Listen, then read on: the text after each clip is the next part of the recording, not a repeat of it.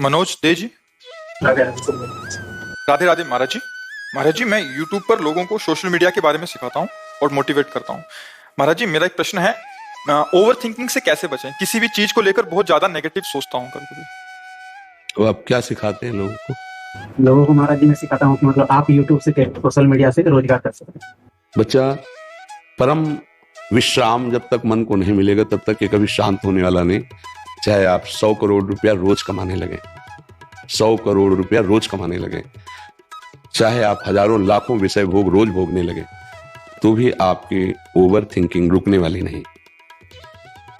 समझ पा रहे हो या इसमें आपको कोई संशय है? नहीं। 100 रुपए की मांग, फिर 1000 रुपए की मांग, फिर 1 लाख की मांग, फिर करोड़ की मांग, फिर अरब की मांग, ये बढ़ती ही चली जाएगी। इसकी पूर्ति नहीं होती कभी, आज तक किसी की नहीं हुई। इतिहास साक्षी है। उसी की पूर्ति होती है जिसको अध्यात्म का ज्ञान हो जाता है। उसके अंदर ये वृत्ति आती है, जथा लाभ संतोष सदा, काहू सो कछु न चाहोंगो, परहित निरत निरंतर मन क्रम, वचन नेम निबहोंगो, कबहों कहो या रहा नहीं रहोंगो। जिसमें हम अपने विचारों पर शासन कर सकते हैं, हम अपने मन को शांत कर सकते हैं। वो रुपया नहीं होता, वो भोग सामग्री नहीं होती, वो अध्यात्म होता है। आप इस बात को स्वीकार करते हैं? जैसे आपका मन कह रहा है कि ये शरीर भोगने को मिल जाए, तो उस शरीर को कोई भोग रहा है, या आपको ही मिल जाए, तो कुछ दिनों बाद आपका मन किसी और शरीर को भोगने की मांग करेगा, फिर किसी दिन और, फिर और। ओवर थिंकिंग, ये सोच बढ़ती ही चली जाएगी आपकी, कभी रुकने वाली नहीं।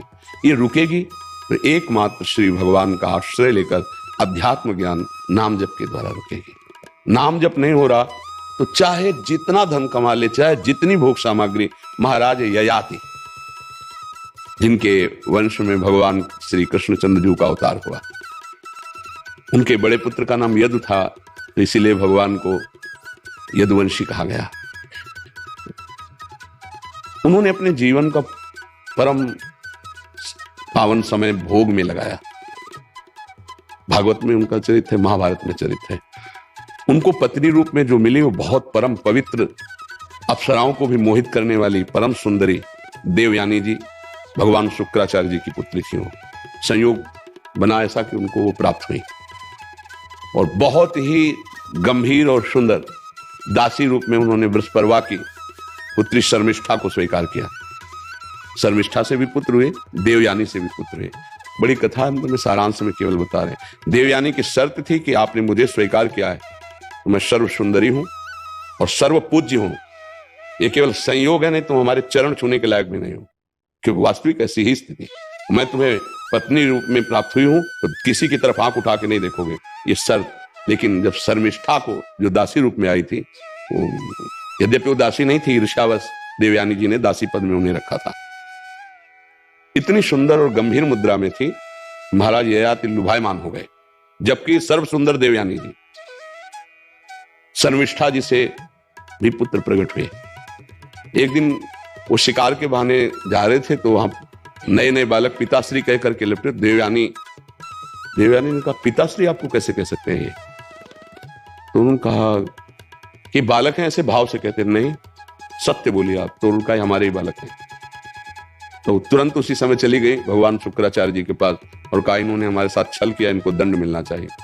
महाराज ययाति जब सामने गए तो उन्होंने कहा, जाओ, तुम इतने काम मोहित हो रहे हो तो जरावस्था को प्राप्त हो जाओ, वृद्धावस्था। अब देवयानी से कहा कि पिता से साफ तो दिला दिया, क्या इसमें तुम्हारा हित होगा? उनको लगा कि गलती हो गई, तो उन्होंने पिताजी से कहा, इस जरा को मुक्त कर दीजिए। उनका एक ही उपाय, कोई पुत्र तुम्हें अपना यौवन दे देते तो तुम यौवन हो। पुत्र से भी यौवन प्राप्त करके उन्होंने फिर विषयों को भोगा। अंत तो गत्वा उन्होंने लिखा अपना अनुभव, एक भगवत विमुख को, विषयी पुरुष को संसार के संपूर्ण भोग मिल जाए तो भी उसकी तृप्ति नहीं होने वाली। ओवर थिंकिंग पर ब्रेक लग सकती है तो भगवान का आश्रय और भजन से दूसरा कोई उपाय नहीं। चाहे कुछ भी मिल जाए वो सोचता ही रहेगा, क्योंकि मन को विश्राम देने की एकमात्र क्षमता श्री भगवान में है, भजन में है। तब लगी कुशल न जीव को, सपने हो मन विश्राम, जब लगी भजत न राम को, शोक धाम तज काम। भगवान का आश्रय, सत्य शास्त्रों का स्वाध्याय, संत महापुरुषों का सत्संग, उसका जब मनन हम करेंगे तो हम जैसी भी स्थिति में उसमें प्रसन्न होना सीख जाएंगे। यही समस्त कामनाओं को नष्ट कर देगी स्थिति। बिन संतोष न काम न साही, अछत काम सुख सपने उनाए। यदि संतोष धन रूप नहीं आया तो कामनाओं की बढ़ोतरी उसको जलाती रहेगी, उसको मिटा देगी, नष्ट कर देगी।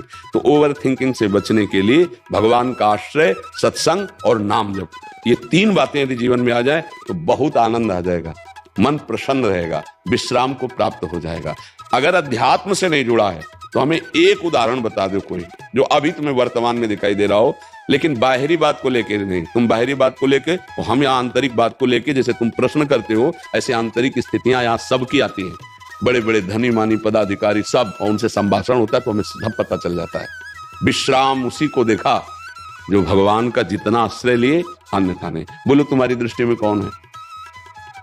जो अध्यात्म की निंदा करते हैं, भगवत मार्ग की निंदा करते हैं, उनको पूरे जीवन में परिणाम दिखाई देगा कि वो ऐसी जगह खड़े मिलेंगे जहां कुछ नहीं है, कुछ नहीं प्राप्त किया जीवन में, सब कुछ होने पर भी बहुत ही घोर अशांति में जीवन होगा।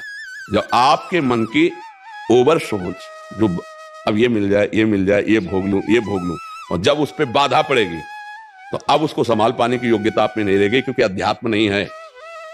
अध्यात्म सबसे पहला पावर प्रकट करता है सहनशीलता, तितिक्षा, जिसे संस्कृत में शास्त्रीय भाषा में कहते हैं, और उसका सरल अर्थ है हर परिस्थिति को सहना। ये केवल अध्यात्म में आएगा।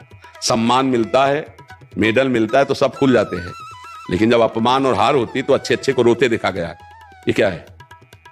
एक पक्ष को, सम्मान को, जीत को, लाभ को, सुख को तो तुमने अपना माना उसे, और जब दुख आया, अपमान आया, हार आई, तब वो ऐसे मुस्कुराते तो तुम्हें पता चलता कि उत्साह संपन्न करना किसे कहते हैं। और वो केवल अध्यात्म से हो सकता, प्रकृति से नहीं हो सकता। इसीलिए अध्यात्म के बिना सही मोटिवेशन स्थायी नहीं हो सकता। सही उत्साह अध्यात्म से मिलता है, जो अपनी इंद्रियों को काबू में करके फिर चले, चाहे गृहस्थ हो चाहे विरक्त हो। इंद्रियां काबू में है, मन तुम्हारे अधीन है, तो विश्व में तुम हर समय विजयी रहोगे। कोई भी द्वंद्व तुम्हें, हार जीत, सुख दुख, लाभ हानि, ये परास्त नहीं कर पाएगा। देखो भगवान श्री कृष्ण जैसा कोई मोटिवेशन करने वाला होगा क्या? वो कह रहे हैं सुख दुखे समय कृत्वा लाभा लाभो जया जयो।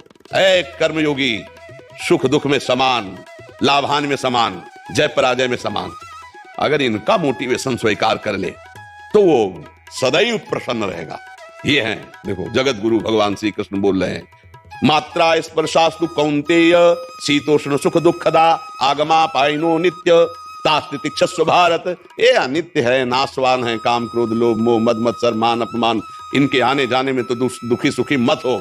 सम धारण कर, समता को धारण कर, व्यथित मत हो। जो नहीं व्यथित होता है वही परम पद का अधिकारी होता है। यम ही न व्यथ्यन्ते ते पुरुषम पुरुषर्षभ सम दुखा सुखाधीरम सोमृतत्वाय कल्पते। बिना अध्यात्म के बच्चा ना तो ओवर थिंकिंग को रोका जा सकता है, और ना हम शांत हो सकते हैं, ना हम प्रसन्न हो सकते हैं। हाँ, हर्षित हो सकते हैं तो परिणाम में सुख